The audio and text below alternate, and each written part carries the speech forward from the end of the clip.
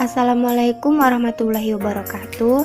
Saya Enang Suryaningsih dengan NIM 501200004 kelas 3A Ekonomi Syariah.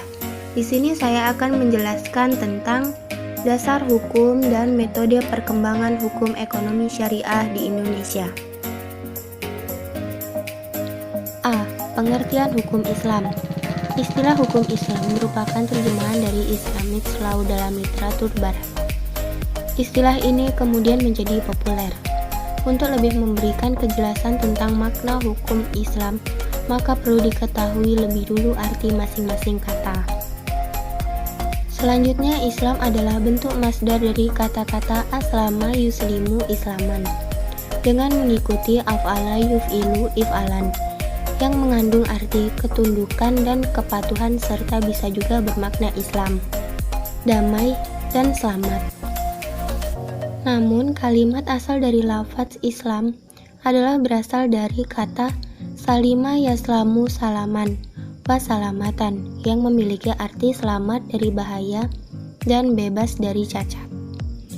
Islam bermakna sebagai sebuah ketundukan dan penyerahan diri seorang hamba saat berhadapan dengan Tuhannya.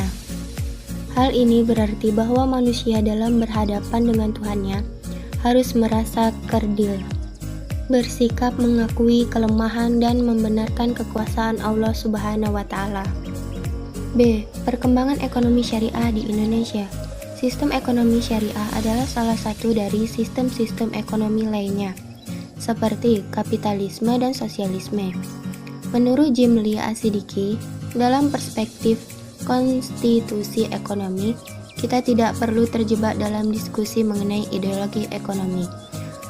Perkembangan ekonomi Islam atau yang lazim dikenal dengan ekonomi syariah di Indonesia berlangsung dengan begitu pesat.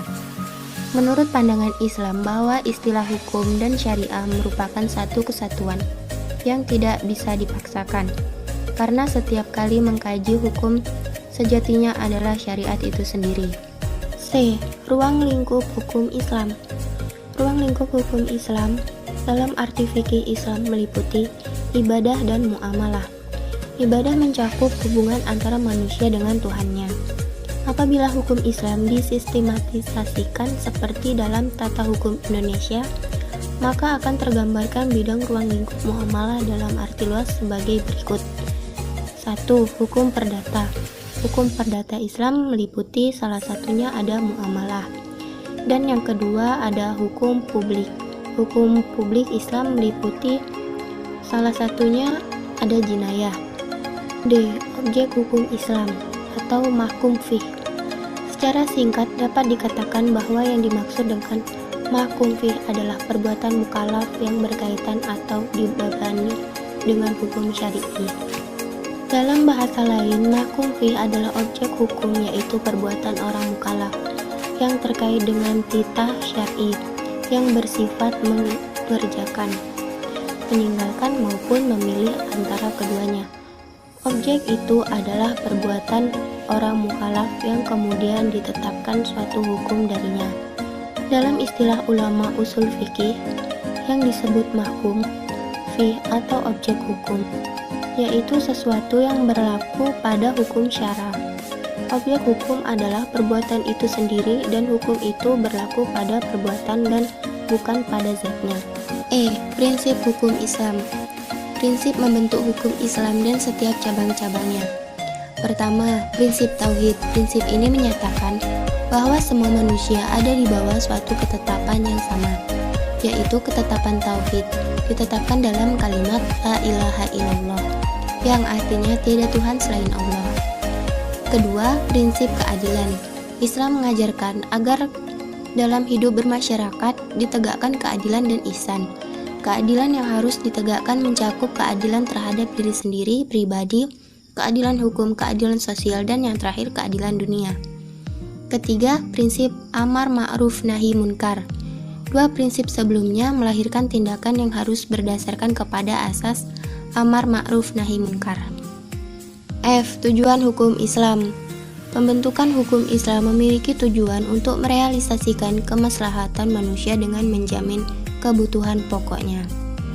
Para ahli hukum Islam mengklarifikasikan tujuan-tujuan yang luas dari syarat atau hukum Islam sebagai berikut. 1. Daruriyah. Dalam kehidupan manusia, kebutuhan ini merupakan hal penting sehingga tidak dapat diabaikan. Apabila kebutuhan-kebutuhan ini tidak terjamin, akan terjadi kekacauan dan ketidaktertiban di mana-mana. Kedua, tasniyah. Tujuan selanjutnya dari perundang-undangan Islam adalah membuat berbagai perbaikan. G. Asas-asas hukum Islam. Asas hukum adalah suatu aturan dasar dan prinsip-prinsip hukum yang abstrak dan pada umumnya melatar belakangi peraturan konkret dan pelaksanaan hukum. Pelaksanaan hukum dan sistem hukum, karena pada umumnya asas hukum berfungsi sebagai rujukan dan pijakan untuk mengembalikan segala masalah yang berkaitan dengan hukum. Dan yang terakhir ada H, sistem ekonomi Islam. Sistem ekonomi Islam adalah sistem pemenuhan kebutuhan hidup manusia untuk mencapai kesejahteraan dan kemakmuran yang didasarkan pada ajaran-ajaran Islam dalam Al-Quran dan As-Sunnah yang dikembangkan oleh pemikiran manusia. Sekian penjelasan saya mengenai dasar hukum dan metode perkembangan hukum ekonomi syariah di Indonesia. Kurang lebihnya mohon maaf. Wabillahi taufiq wal hidayah. Wassalamualaikum warahmatullahi wabarakatuh.